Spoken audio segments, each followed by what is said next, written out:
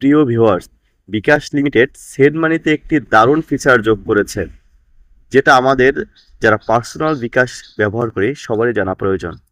তাহলে চলুন ফিচারটি সম্পর্কে ধারণা নেওয়া যাক।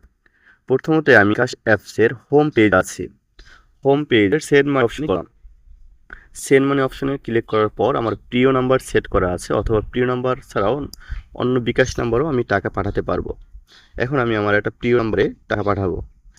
প্রিয় নাম্বার আরিফ এফ নামে আমার একটি প্রিয় নাম্বার আছে, এই নাম্বারে আমি টাকা পাঠাবো।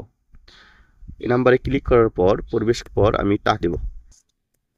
অ্যামাউন্ট দেওয়ার পর আমরা সাধারণত কাউকে সেন্ড মানি করলে তাকে ক্যাশ আউট চার্জ বাবদ 20 টাকা দিয়ে থাকি। কিন্তু দেখেন বিকাশ অ্যাপস একটি দারুণ ফিচার যোগ করেছে, সেটা হচ্ছে ক্যাশ আউট চার্জ যোগ করুন।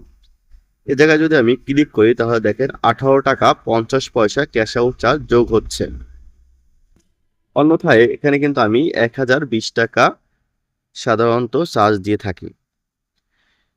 এক্ষেত্রে আপনি 5,000, 10,000 কিংবা 20,000 যত টাকায় সেন্ড মানি করেন না কেন, আপনি শুধুমাত্র ক্যাশ আউট চার্জ অপশনে ক্লিক করে দেওয়ার সাথে সাথে আপনার টাকাটা এখানে অ্যাড হয়ে যাবে, কত টাকা ক্যাশ আউট চার্জ তার লাগবে। আমার কিন্তু এই জায়গায় 15 টাকা বেঁচে যাচ্ছে যদি আমি 10,000 টাকা সেন্ড মানি করি। তাহলে দেখেন আমার ব্যবহারযোগ্য ব্যালেন্স আছে 3,000 টাকা। আমি 3,000 টাকা যদি ক্যাশ আউট চার্জ যোগ করে পাঠাই, ক্যাশ আউট চার্জ যোগ করে দিলাম, 55 টাকা 50 পয়সা ক্যাশ আউট চার্জ যোগ হয়েছে। এখন আমি এগিয়ে যান অপশনে ক্লিক করলাম।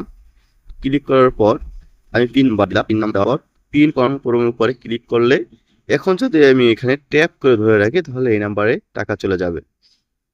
এই যে বিকাশে ক্যাশ আউট চার্জ অপশনটা অ্যাড করা হয়েছে, এই ফিচারটি আপনার কেমন লেগেছে জানাবেন। আমার অবশ্যই ভালো লেগেছে, তাই আপনাদের সাথে শেয়ার করা। ভালো থাকবেন, সুস্থ থাকবেন। কথা হবে অন্য কোনো ভিডিও নিয়ে।